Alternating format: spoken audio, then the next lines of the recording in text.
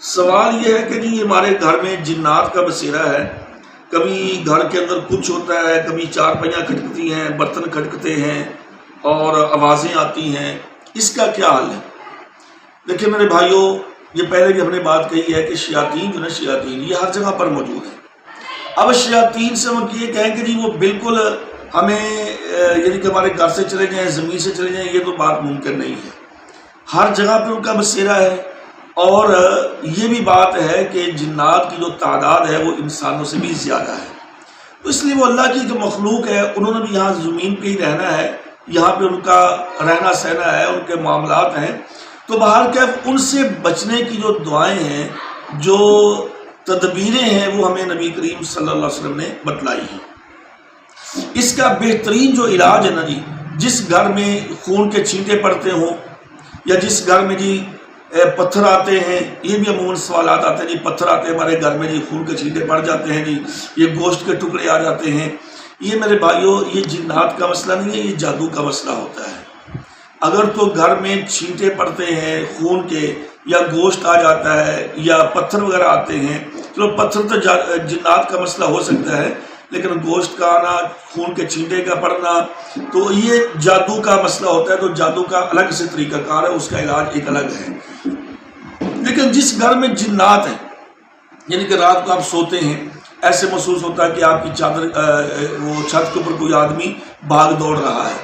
یا دروازے کھٹکھٹے ہیں، اچانک برتن کھٹکنا شروع ہو جاتے ہیں، چارپائی ہلنا شروع ہو جاتی ہیں، لائٹیں کبھی بند ہوتی ہے کبھی جلتی ہے، یا ایسی ڈرونی سی آوازیں، یہ جنات ہوتے ہیں۔ تو جنات جو نا یہ شیطان بھی ہوتے ہیں، اچھے بھی ہوتے ہیں، یعنی کہ مسلمان بھی ہوتے ہیں اور یہ کافر بھی ہوتے ہیں۔ تو اس کا جو علاج ہے نا وہ نبی کریم صلی اللہ علیہ وسلم نے بتایا ہے کہ صبح و شام کے اذکار،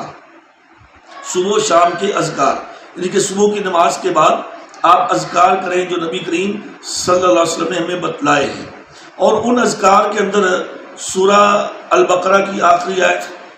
آمن الرسول بما انزل الیہ یہ ساری آخر تک، اور سورہ الحشر کی آخری آیات هو اللہ الذی لا الہ الا هو یہ آخر تک آیات ہیں۔ اس کے علاوہ باقی کچھ دعائیں ہیں، اور اس کے علاوہ آخری تینوں صورتیں ہیں، تین تین مرتبہ وہ پڑھنی ہیں۔ تو یہ وہ عمل ہے کہ جس کے ذریعے سے انشاءاللہ یہ جو شیاطین ہے نا، جو تنگ کرنے والے شیاطین ہیں، وہ رہیں گے صحیح ادھر، لیکن وہ یہ کہ آپ کو تنگ نہیں کریں گے، وہ آپ کو پریشان نہیں کریں گے۔ تو یہ عمل ہے۔ تو اگر اس کے باوجود بھی آپ اس پہ عمل کریں، اس کے باوجود بھی اگر آپ دیکھتے ہیں کہ وہ آپ کو چھٹکارا نہیں ہو رہا، تو آپ کسی اچھے عمل سے رابطہ کریں انشاءاللہ، تو وہ ہم سے رابطہ کریں، ہم انشاءاللہ آپ کو بتائیں گے، اور انشاءاللہ اس کا صحیح اور مستند اور جامع انشاءاللہ اس کا علاج بھی ہو جائے گا۔